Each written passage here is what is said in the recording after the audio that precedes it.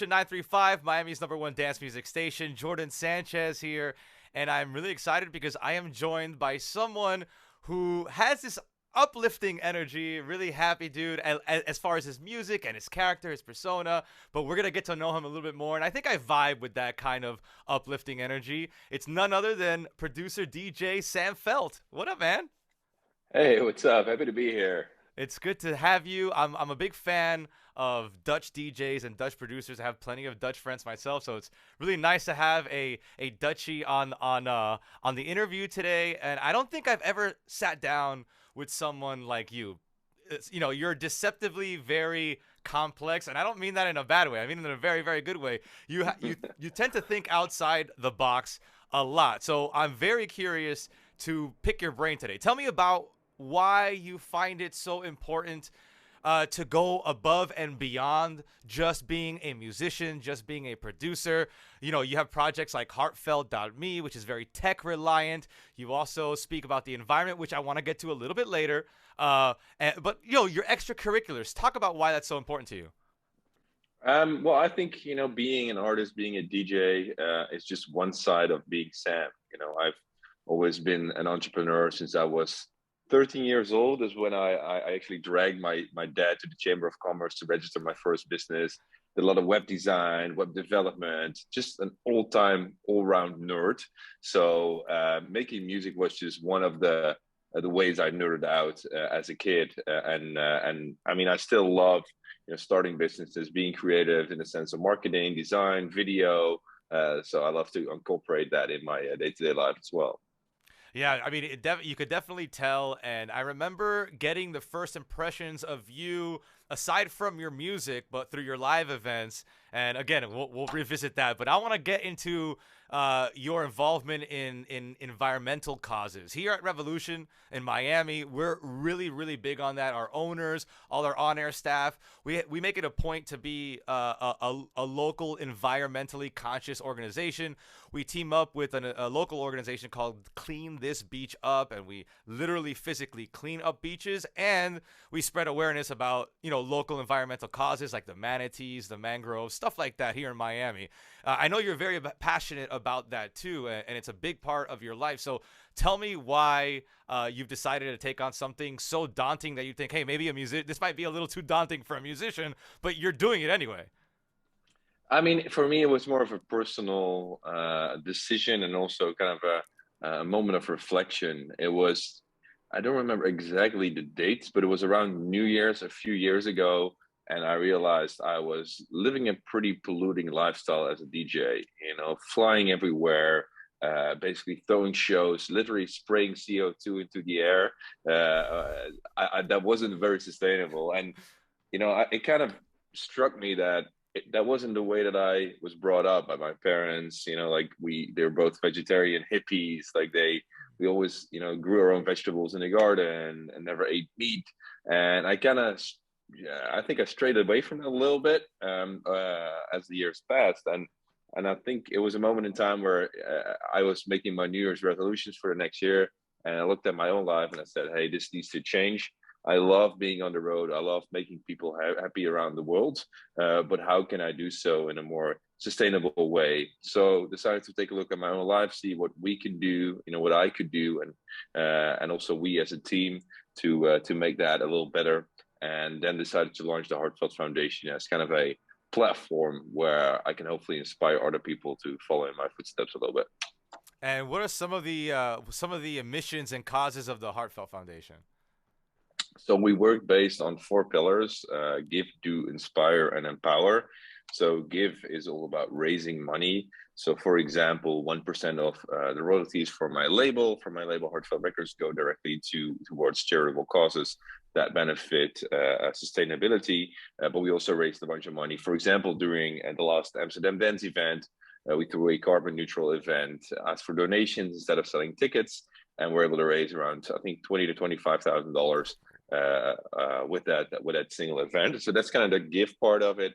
Do is more about leading by example. So, for example, offsetting your flight emissions, removing plastic from your rider, looking into more sustainable alternatives to SFX at your shows, all that stuff. Taking the car on tour if possible, taking the train instead of flying, and then give or give, do, and if inspire. Inspire is mostly about using your audience, so using the profile that I've built on social media, on the TV, talking about it in radio interviews like this one, to kind of raise awareness. And then the last but not least is empower, which is all about supporting companies that do good.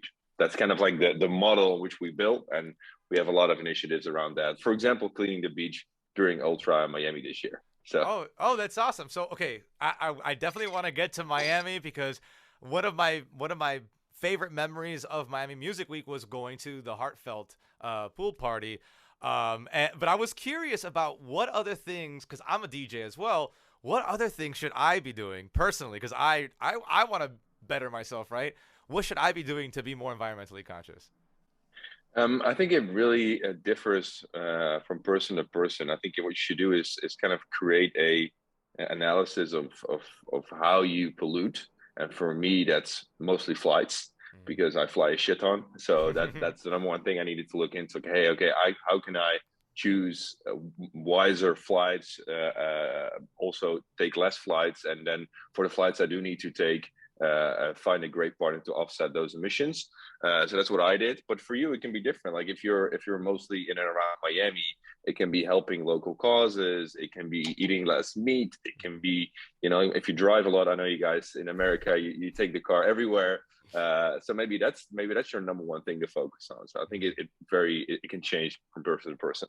Oh yeah, I mean I agree. It's each person's fight is slightly different, and I'm glad that you brought that up. About you seem to be very keen on some of the things happening in Miami. You mentioned that you're gonna clean some beaches in the area during Music Week. You know that about our reliance on cars here is pretty terrible. But let's talk about the good things about Miami. Miami's a very special place. We all come together in March, and it's actually right around the corner.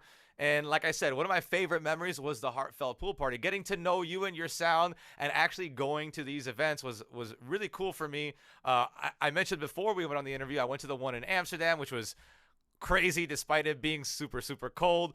But the vibes are there. I love that ambiance that you establish, and you do everything around the event correctly to build that ambiance, whether it be booking other DJs or the decorations, the lighting, all that stuff. What can we expect this year in Miami?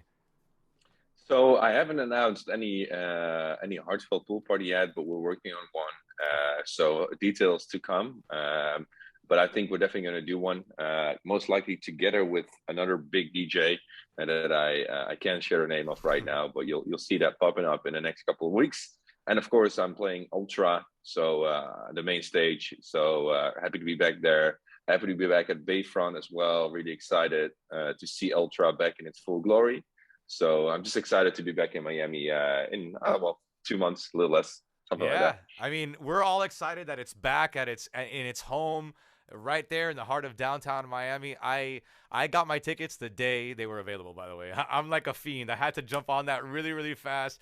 I'm very excited now. You're gonna be there. I'm very excited to see you. And I'm actually curious about any new music that might come out before Ultra. I know a lot of people try to push some new tracks, maybe to debut them at Ultra. Is that something that we can expect? Yeah, definitely. My track "Follow Me" with Rita Ora is, of course, still rising in the charts. Every week, it's going up in the airplay charts. It's getting more streams. So you know how it works on the radio, right? You don't want to come with your next single while your previous one is still climbing. So we're kind of looking at how that goes.